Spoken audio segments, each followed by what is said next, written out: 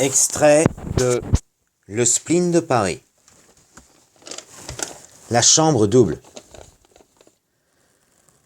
Une chambre qui ressemble à une rêverie. Une chambre véritablement spirituelle, où l'atmosphère stagnante est légèrement teintée de rose et de bleu. L'âme y prend un bain de paresse, aromatisé par le regret et le désir.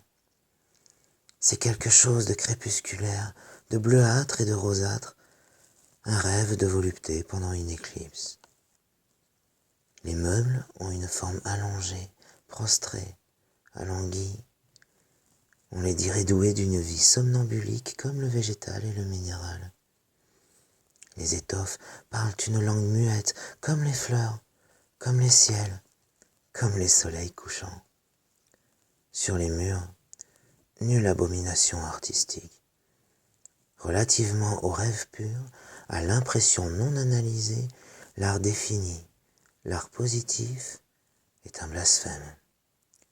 Ici, tout a la suffisante clarté et la délicieuse obscurité de l'harmonie. Une senteur infinitésimale du choix le plus exquis à laquelle se mêle une très légère humidité, vague dans cette atmosphère où l'esprit sommeillant est bercé par des sensations de serre chaude. La mousseline pleut abondamment devant les fenêtres et devant le lit. Elle s'épanche en cascade neigeuse. Sur ce lit est couchée l'idole, la souveraine des rêves. Mais comment est-elle ici? Qui l'a amenée? Quel pouvoir magique l'a installée sur ce trône de rêve et de volupté? Qu'importe, la voilà, je la reconnais. Voilà bien ses yeux dont la flamme traverse le crépuscule, ces subtiles et terribles mirettes que je reconnais à leur effrayante malice.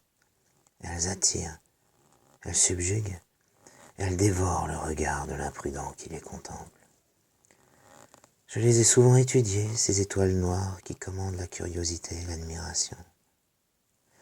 À quel démon dois-je d'être ainsi entouré de mystère, de silence, de paix et de parfum? Oh, béatitude!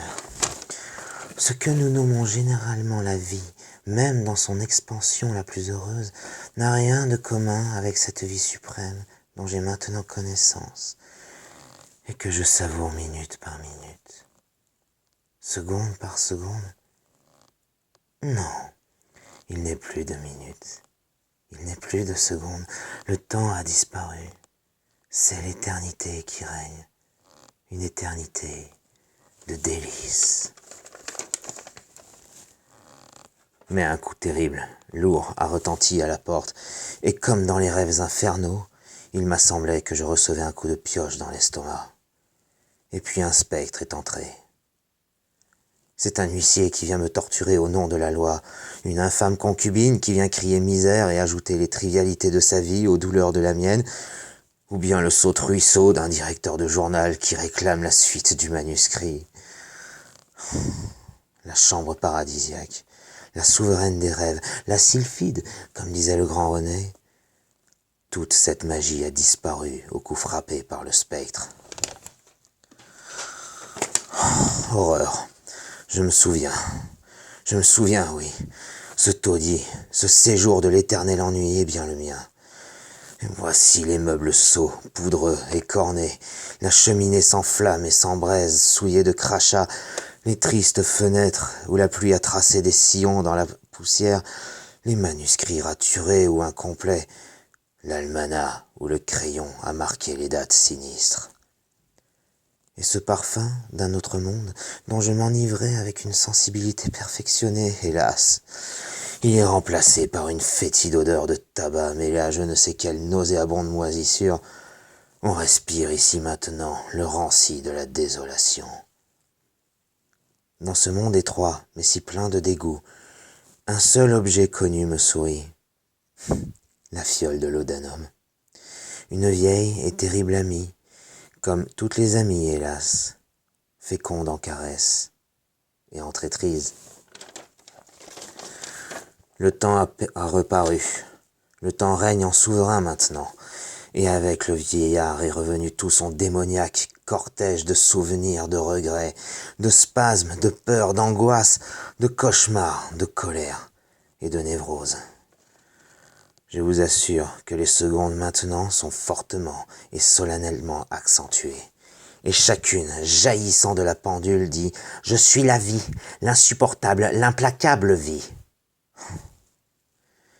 Il n'y a qu'une seconde dans la vie humaine qui est mission d'annoncer une bonne nouvelle.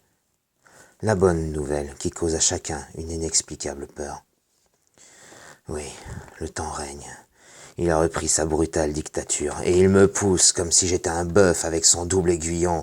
Et hu donc, bourrique, su donc, esclave, vis donc, damné. Charles Baudelaire.